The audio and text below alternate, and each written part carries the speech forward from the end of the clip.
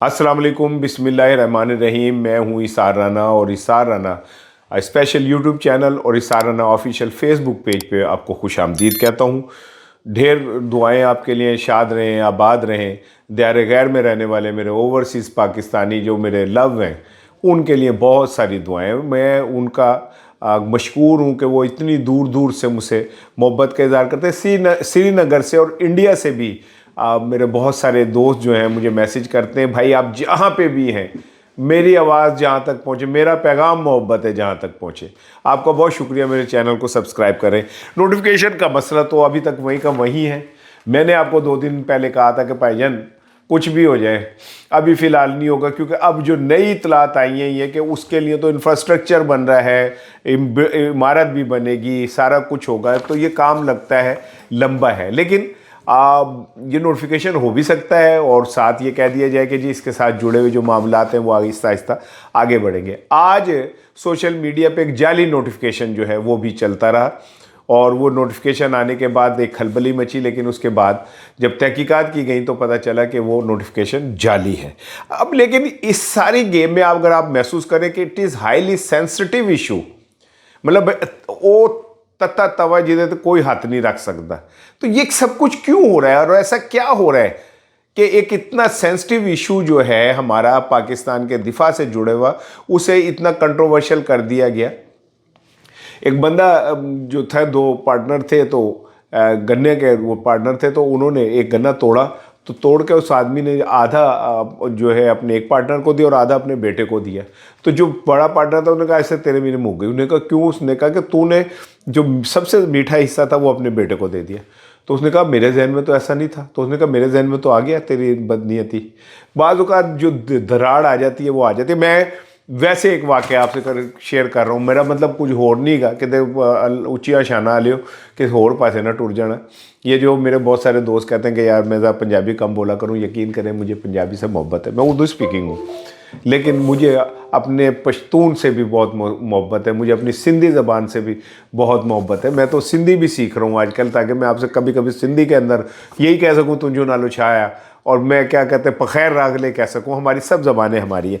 तो ये मामला तो कहीं आ गया। शीशे में एक दफ़ा बाल आ जाए तो फिर वो जाता नहीं है।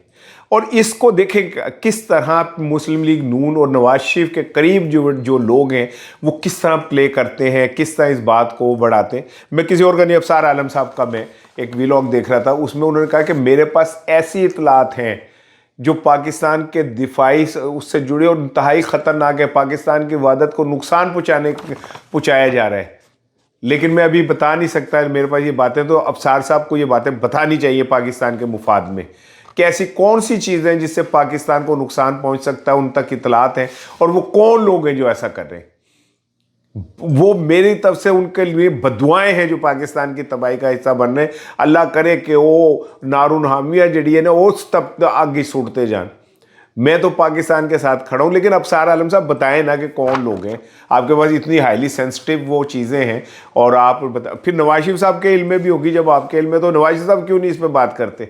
अचानक वो चुप कर धड़बड़ जा क्यों, क्या नाम है, खीस लेके बह गए, बात क्यों नहीं करते अगर आपके पास कोई ऐसी चीज़ है? ये सारा कुछ एक अजीबो गरीब माहौल को जन्म दे रहा है। अब शहबाज तो एक्सपेक्टेड ये था कि वो डायरेक्ट इस्लामाबाद जाएंगे, लेकिन वो खिलाफ तवक्को इस लाहौर एयरपोर्ट उतरे। ये प्राइम मिनिस्टर है, उन्हें तो इस्लामाबाद जाना चाहिए था, लेकिन वो लाहौर एयरपोर्ट उतरे।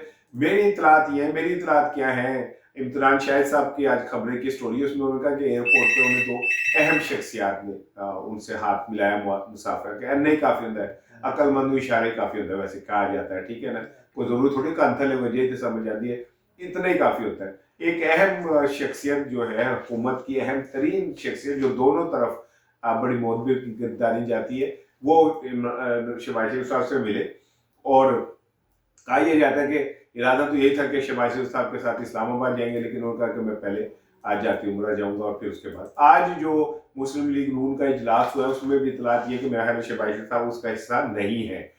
नवाज शरीफ साहब की जेर सदारत इजलास जो हुआ, तो जो बात मैं आपको बहुत दिनों से कह रहा हूँ कि कहीं ना कहीं छिंज तो पै गई है, कहीं ना कहीं काम जो है वो उल्ट गया हुआ है, और ये आने वाले दिनों में आपको नजर आ जाएगा। जो आपने एक क्रिटिकल मौके के ऊपर जेस्चर दिया है, मेरा ख्याल है कि वो फैसला साज या कोई भी लोग कभी भी इस बात को मेरा ख्याल है भूलने के लिए तैयार नहीं हुए। अब आ जाए दूसरी बात। मैंने आपको कुछ दिन पहले कहा था कि हुकूमत ने प्लान कर लिया है कि जो पाकिस्तान से बाहर सोशल मीडिया के ऊपर बात करने वाले हैं उनके खिलाफ क्रैकडाउन होगा। 2 दिन 3 दिन पहले मेरा व्लॉग होगा, आपको याद होगा। एक तो मैं आपको ये बता दूं कि मैं जो बात कह रहा होता हूँ मैं कभी अन्य वाह नहीं कहता होता। मैं मतलब मैं नहीं छड़ देता, बड़ी बड़ी नहीं छड़ता मैं, क्योंकि बासी पलट गई और जनाब अली इमरान खान ने छक्का मार दिया। मैं कोशिश करता हूँ कि एग्जैजरेट ना करूँ, जितनी बात है उतनी करूँ। मैंने आपको कहा था कि मुलाकात बहनों की हो जाएगी, देख लें वो हो गई। मैंने आपसे कहा था कि ये क्रैकडाउन शुरू हो जाएगा, वो भी शुरू हो गया। वो कुछ और चीजें भी हैं मेरे में जो आती है, मैं जरा वो ठोक बजा के जरा अच्छी तरह उल्ट पुल्ट करके तो शुक्ल उगा के फिर मैं आपसे बात करता हूँ। अब हुकूमत ने बाकायदा, बरतानवी हुकूमत को बाकायदा जो है दरखास्त कर दी है, रिटर्न दरखास्त की है शहजाद अकबर और आदिल राजा साहब के हवाले से कि इन्हें हमारे वाले क्यों किया जाए। और हुकूमत ने पूरा एक केस बनाया है, केस बना के बरतानवी हुकूमत को दिया जिसमें आदिल राजा साहब और शहजाद अकबर साहब के हवाले से ये साबित किया गया कि ये पाकिस्तान की रियासत के खिलाफ काम कर रहे हैं। और वो एक बड़ा लंबा पुलंदा है जो उन्होंने कटा किया। आपको पता होगा कि आदिल राजा साहब के हवाले से अभी पिछले दिनों केस भी चला जिसमें रिपोर्टेडली आदिल राजा साहब जो थे वो केस हार गए थे। लेकिन क्या बरतानिया शहजाद अकबर साहब को और आदिल राजा को हवाले करेगा, ये एक बड़ा सवाल है। क्योंकि बरतानिया में तो जो जाता है वो गुम हो जाता है। क्या हम कोशिश के बावजूद the most wanted Altaf Hussain को वापस ला सके? या जब बरतानिया में जाके हमारे पॉलिटिशियन बैठ के पाकिस्तान के खिलाफ साजिशें कर रहे होते हैं तो क्या बरतानिया उन्हें रोक पाता है? तो बरतानिया अपने एसेट्स तो नहीं गुआता। अब ये बरतानिया की हुकूमत का एक इम्तहान है जो मुझे लगता है कि पाकिस्तानी हुकूमत ने बस एक दरखास्त दी है और मोहसिन नकवी साहब जो मर्जी कहते रहे, मुझे नहीं लगता कि ये बेल मढ़े चढ़ेगी। अच्छा, तीसरी बात बड़ी इंपॉर्टेंट जो है वो आज है सुहेल आफरीदी साहब का। दो काम, एक तो ये कि वो गए और जाके 9वीं मरतबा वो गए अडयाला और उनकी मुलाकात भी हो सकी। अब आप इस बात को ऐसे कह सकते हैं कि जब आपको पता है कि जी आपकी मुलाकात ही नहीं हो रही तो आप क्यों जा रहे? लोग कहते कि जनाब आप वहां जाते हैं और वो आप वहां से वापस आ जाते हैं, इससे एक वो आपके जो पोर्टफोलियो है उसकी हद तक होती है। मैं कहता हूँ नहीं, इससे सुहेल आफरीदी की कोई हद तक नहीं होती, इससे सिस्टम की हद तक होती है। ये सिस्टम एक्सपोज होता है। सुहेल आफरीदी हर दफा इस निजाम को एक्सपोज करता है जिस निजाम में मरियम नवाज के लिए सारे दरवाजे खुले हुए, सिंध के सीएम के लिए सारे दरवाजे खुले हुए, बलूचिस्तान के सीएम के लिए सारे दरवाजे खुले हुए, और अगर नहीं खुले हुए दरवाजे तो सिर्फ केपीके के सीएम के लिए नहीं खुले हुए। वो ये इस चीज को रजिस्टर करवाते हैं, आम आदमी तक ये बात सवाल पहुंचाता है कि जी देख लेंगे ये क्या रियासत का जो दोहरापन है वो क्या है। लेकिन आज उन्होंने बड़ी अच्छा किया, वो एनएफसी अवार्ड के अंदर भी शरीक हुए, लेकिन उसे भी उन्होंने ड्रोन अटैक करता।